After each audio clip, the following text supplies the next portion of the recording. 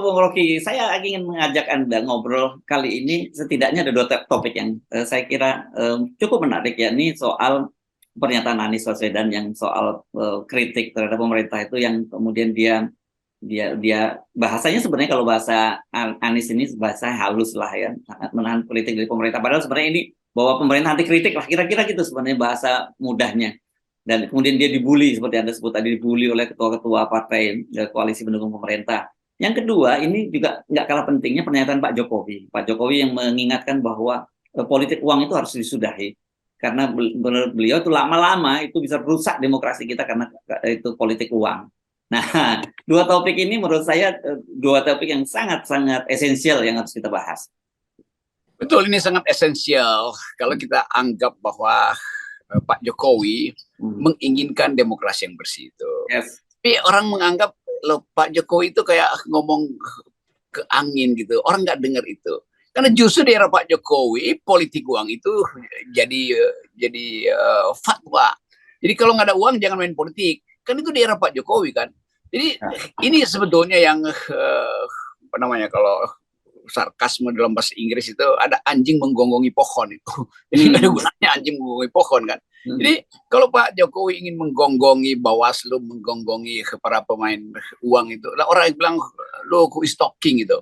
Ini siapa sih yang ngomong beginian? Jadi kelihatannya Pak Jokowi frustrasi. Dia nggak tahu lagi bagaimana cara untuk mengucapkan kejujuran itu. Dan justru kalau Pak Jokowi ucapkan itu, orang menganggap ini apa? Ini lu lihat dong diri lu tuh berceceran, musra segala macam, itu uang apa bukan itu? Pak Jokowi datang terakhir ke Gelora dan yang datang ke Gelora angkat-angkat uang. Lah apa? Itu yang dimaksud tuh. Jangan tapi harus tuh. Jadi Gelora Pak Jokowi Bung Karno ya maksudnya ya.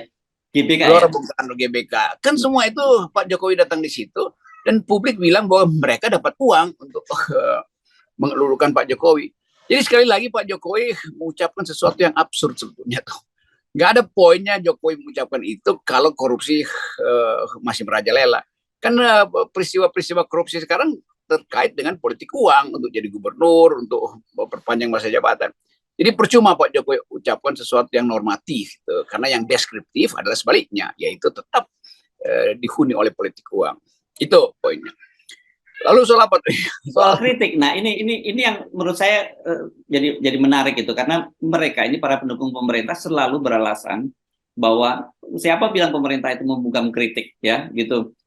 Dan selalu Anda bisa jadi contoh nih Bung Rocky, selalu kalau dibungkam kritik orang seperti Rocky Gerung sudah ditangkap, gitu. Selalu itu justifikasinya mengapa kemudian bahwa negara kita itu bebas soal kritik. Kan saya udah berkali-kali laporin kan, cuman masalahnya nggak ada delik tuh. Kan ini cuma soal delik apa nggak delik kan. Ya kebetulan saya mampu untuk menyelewengkan argumen itu supaya kena delik.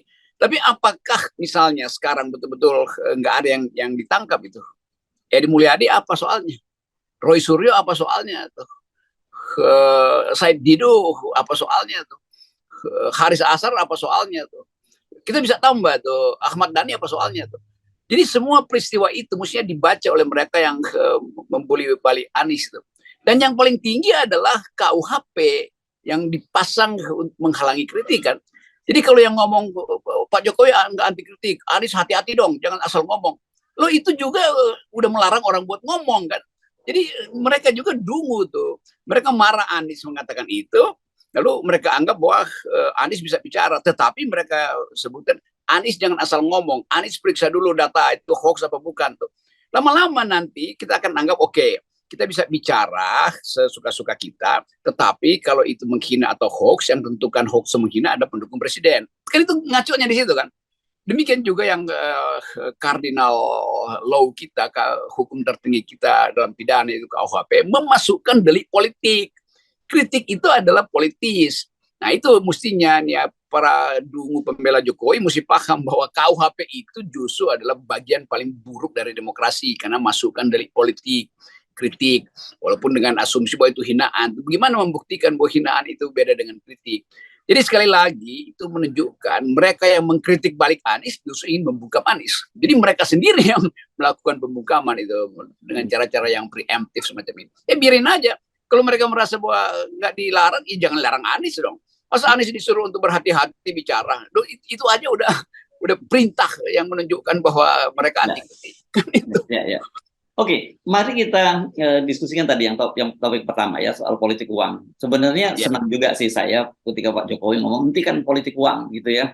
Tetapi kita tahu bahwa ini memang persoalan yang sangat serius pada bangsa ini. Karena itu kita kan kemudian melihat dan praktek-praktek oligarki yang terjadi sekarang ini, karena satu memang biaya politik yang sangat mahal, dan kemudian juga memang mentalitas bangsa kita ini yang permisif gitu ya, mulai dari level atas sampai bawah soal uang ini kan gitu. Bung Rocky, sebenarnya gimana ya kita memulai memutus mata rantai ini ya, seperti lingkaran setan? Saya kira Anies justru menganjurkan politik non uang, karena itu dia bicara Ya. kemana-mana kan. Jadi Anies ingin agar supaya politik itu tidak pakai uang, karena itu dia mulai mengedarkan visinya tuh. Pakai uang, nggak pakai uang, karena ini uang relawan, bukan uang konglomerat.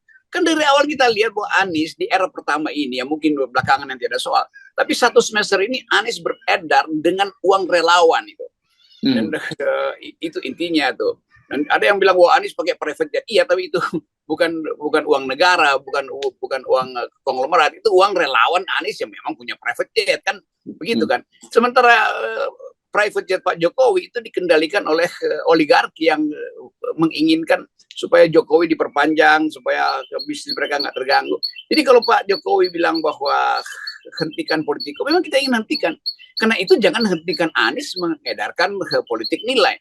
Kan Anies kemana-mana datang dengan upaya untuk berdiskusi itu. Justru dilarang. Nah justru kalau dilarang itu artinya yang akan bekerja bukan politik visi, tapi politik uang tadi. Sekarang kalau kita lihat misalnya konsistensi pikiran Pak Jokowi, dia suruh Bawaslu untuk atau dengan sendirinya seluruh panitia pemilu KPU Bawaslu lakukan pendidikan politik. Kalau kita hitung per hari ini, itu ada 17 partai dan masa kampanye itu cuma 75 hari. Jadi satu partai kebagian 4,5 hari itu untuk kampanye. Mau kampanye apa tentang visi kalau cuma 4,5 hari itu? Berarti rakyat itu tidak lagi menunggu visi, dia menunggu amplop. Jadi kalau konsisten supaya politik uang berhenti, lakukan pendidikan politik dari awal. Jangan larang partai politik untuk masuk kampus. Jangan larang kandidat untuk bicara dengan kalangan rektor atau mahasiswa kritis kan. Jadi itu nggak konsisten. Jadi pemilu kita memang didesain untuk tidak memakai otak tapi memakai amplop. Itu aja intinya. Dalam 75 hari kampanye itu pasti yang lebih efektif adalah amplop uang. Nah, rakyat dalam keadaan kesulitan ekonomi. Itu artinya kalau kita lihat data Bank Indonesia mengatakan bahwa ya pola konsumsi sumbangan konsumsi rumah tangga terhadap PDB memang meningkat, tetapi bukan dari sektor yang sifatnya rakyat. Yang meningkat adalah konsumsi kelas menengah, sementara rakyat menunggu amplop untuk nambahin konsumsi dia kan. Jadi kita hitung dari manapun ini uraian Pak Jokowi itu normatif dan gak ada isinya sebetulnya. Kita mesti hentikan amplop, iya, tapi sistem politik kita, sistem pemilu kita didesain untuk amplop, bukan didesain untuk pertarungan gagasan tuh. Nggak ada gagasan yang bisa dipertarungkan di panggung dangdut atau di TikTok. Kan mestinya dibuka tuh kampus, rektor perintahkan rektor undang semua kandidat tuh. Rektor sekarang justru yang takut tuh. Sama seperti tadi bahwa saya masih bisa beredar. Iya, yang saya bisa beredar karena ngumpet-ngumpet. Mestinya para pendukung Jokowi periksa tuh berapa kali dalam satu semester ini Rocky Gerung dilarang oleh rektor itu. Kan itu tuh udah puluhan kali saya dilarang. Karena dianggap akan memberi kritik. Jadi itu sebetulnya kedunguan dari para pembela Jokowi yang hendak menghalangi orang berpikir sambil mengatakan iya, nggak ada larangan. Tapi kalau Anda bikin hoax, Anda bikin hinaan, Anda pasti ditangkap oleh negara tuh. Nah itu mereka yang tentukan mana yang hoax dan mana yang hinaan tuh. Bukan pengadilan. Dan sebenarnya politik uang ini sumbernya tadi itu ya tentu saja adalah perrataipan oligarki, kita sebut gitu, dan antitesanya jelas sebenarnya dengan semangat kerelawanan itu ya, Bung Rocky, itu yang harus kita bangun. Jadi kalau semangat kerelawanan terbentuk, dan saya kira kerelawanan itu bukan sekedar pasti dibentuk dari soalan ya narasi yang benar gitu ya. Ini ya otomatis sebenarnya politik uang itu bisa kita hentikan kan? Kita bisa hentikan itu dengan politik relawan. Nah, Anies lakukan itu. Kita ingin Ganjar lakukan itu juga tuh. Supaya orang lihat, oh ya Ganjar juga ngerti. Tapi nggak mungkin Ganjar hentikan politik uang itu. Kan dari awal, dari kampanye awal itu, udah terlihat bahwa Ganjar itu mewah sekali kampanyenya tuh, diikuti oleh kamera-kamera yang bagus, dibuatkan profil yang betul-betul secara sosial media mampu untuk menyulap pikiran publik. Jadi itu yang membuat kita nggak percaya bahwa Ganjar mampu nggak masuk di dalam politik gagasan dan duel dengan dosen-dosen di universitas seperti yang Anies lakukan, tapi kemudian dilarang itu. Kita ingin begitu tuh. Jadi Mas Ganjar, contohin aja profil politik Anies hari-hari ini, masuk ke universitas, tapi jangan monolog, lakukan debat itu. Jadi undang BEM yang paling kritis, bukan BEM yang mendukung anak, yang mendukung dia atau milenial yang sengaja digaji untuk mendatangkan Ganjar misalnya. Jadi lakukan sebetulnya hal yang betul-betul membuat orang percaya bahwa pertandingan politik ke depan akan berdasarkan gagasan, bukan berdasarkan amplop. Itu yang kita ingin lihat. Nah, konsistensi itu baru ada pada Anies. Padahal Anies belum jadi calon presiden. Anies juga bisa nggak dapat tiket kok, tapi orang udah takut. Takut pada politik gagasan. Sementara yang lain, Anies cuma narasi. Yang dibuat Anies di DKI itu betul-betul konkret. Dan karena dia konkret, dia ingin dibatalkan oleh pejabatnya tuh. Kalau narasi kan nggak perlu dibatalkan. Jadi terlihat bahwa upaya untuk mendelegitimasi Anies sebetulnya upaya untuk mendelegitimasi politik yang basisnya gagasan. Gitu. Nah, kalau dia mengalami delegitimasi yang gagasan, maka yang akan beroperasi adalah politik uang. Gampang. Trade off. Tapi gini deh, saya ingin mendorong Pak Jokowi, karena Pak Jokowi sudah mulai menjalankan politik uang. Tapi jangan hanya berhenti menyatakan harus dihentikan. Apa dong proposal konkret dari Pak Jokowi? Kan apalagi beliau sebagai seorang kepala negara kan bisa ini membuat regulasi dan sebagainya itu, Bung Rocky. Ya bikin aja, ya, itu betul. Dia langsung bikin regulasi bahwa politik uang dihentikan. Itu artinya sumbangan pada partai, sumbangan segala macam dibikin nol kalau bisa. Tuh bikin aja nol kan. Jadi nanti kalau dibikin nominalnya itu tetap ada aja orang yang nyumbang lewat belakang gitu. Kalau Amerika mungkin udah teratur sehingga dikasih batas $100.000 itu orang akan patuhi itu. Kalau di kita kan dikasih batas segitu pun orang akan datang dari belakang karena mereka tahu, oligarki tahu ini partai-partai ini butuh uang. Apakah buat kampanye? Bukan, buat gedein tebelin dompet dia dulu tuh baru dipakai buat publik. Jadi politik uang itu masuknya ke calon-calon legislatif, ke pimpinan partai, baru diturunkan ke rakyat. Artinya dia oligarki juga diperas oleh partai politik kan. Oligarki yang cerdik mestinya hentikan itu tuh. Tapi sekali lagi untuk menghentikan itu harus ada aturan yang tegas. Kita tunggu Pak Jokowi. Apakah dia mau mengeluarkan perpres tentang politik uang itu intinya. Ya, nah ini konkret ya, perpres atau apapun lah bentuknya dari pemerintah itu bisa dilakukan. Tapi ngomong-ngomong begini Bung Rocky, jangankan Indonesia ya, kalau para Taipan kita ini, Amerika saja yang aturannya ketat itu bisa diterobos kan. Ada kasus juga Taipan kita yang kemudian dihukum di Amerika karena melanggar batas pemberian sumbangan kampanye terhadap Clinton ya.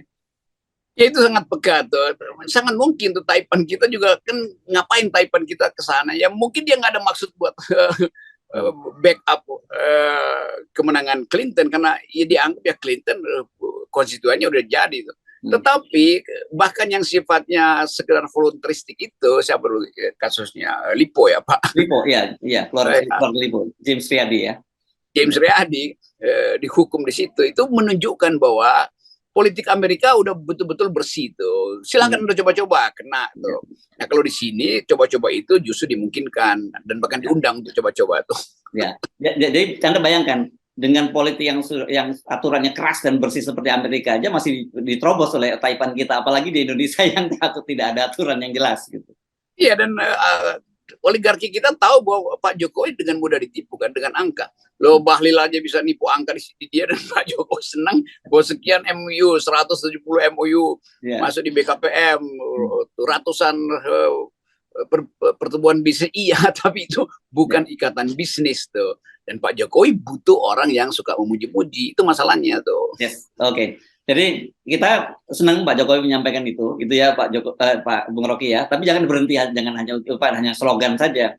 Harus ada. Nah ini narasi ini bagus nih Pak Jokowi udah ngomong narasi dan sekarang implementasi dalam kerja-kerja gitu ada kan gitu Bung Rocky. Ya, kita tunggu ada perpres, dan yang kena perpres pertama adalah orang-orang yang dekat Pak Jokowi, dan mereka pasti akan berupaya, Pak Jokowi jangan keluarin perpres. Nanti kalau udah 3 penundaan baru keluarin perpres. Jadi akal-akalan orang-orang sekitar Pak Jokowi itu sebenarnya menjahati demokrasi, menjahati kedaulatan rakyat. Karena kedaulatan rakyat harusnya melalui debat gagasan itu. Gagasan rakyat diperlukan supaya visi Indonesia betul-betul berasal dari aspirasi rakyat, bukan aspirasi orang 79 orang yang menguasai 80% dari ekonomi Indonesia. Jadi kita ingin dengar suara dari demos, bukan suara dari oligopolis. Yes, oke. Dan itu kita bisa mulai dengan 0%. Ya. Nah, ini suara kedaulatan rakyat itu memang 0%. Yes. Ini anti politik uang juga ini, Bung Rocky. Ya? Betul. 0 artinya 0 rupiah. 0 rupiah. Thank you, Bung Rocky. Oke.